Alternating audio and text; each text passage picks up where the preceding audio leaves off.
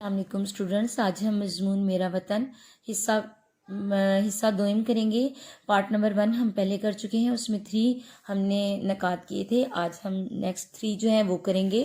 Number 4 پہ ہے نظریہ پاکستان۔ اس کے لیے بھی ورڈ بینک دیا ہے، اس کی مدد سے پیراگراف مکمل کرنا ہے آپ نے۔ علامہ محمد اقبال رحمۃ اللہ علیہ نے اپنی شاعری کے ذریعے مسلمانوں کو خواب غفلت سے جگایا اور ان کے اندر آزادی کی نئی روح پھونک دی۔ علامہ اقبال کو مصور پاکستان بھی کہا جاتا ہے۔ نمبر 5 پہ ہے پاکستانی افواج۔ پاکستانی افواج کا شمار دنیا کی بہترین افواج میں ہوتا ہے۔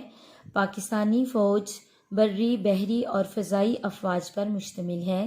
یہ فوج دن رات اپنے وطن کی خدمت میں لگی رہتی ہے اور اسلام کے دشمنوں کا منہ توڑ جواب دینے کے لیے ہر وقت تیار رہتی ہے۔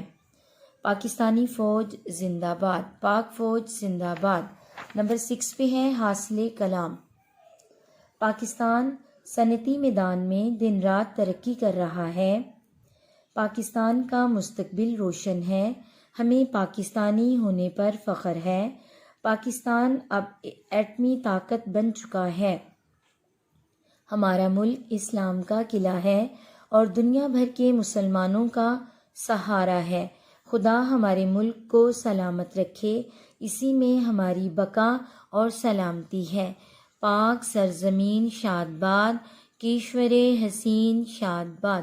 اسٹوڈنٹس، آپ نے ویڈیو کو غور سے دیکھنا ہے، سننا ہے، تاکہ آپ اپنے مضمون کو مکمل کر سکیں اور اپنی کاپیز پہ مضمون لکھیے گا نیٹ رائٹنگ میں۔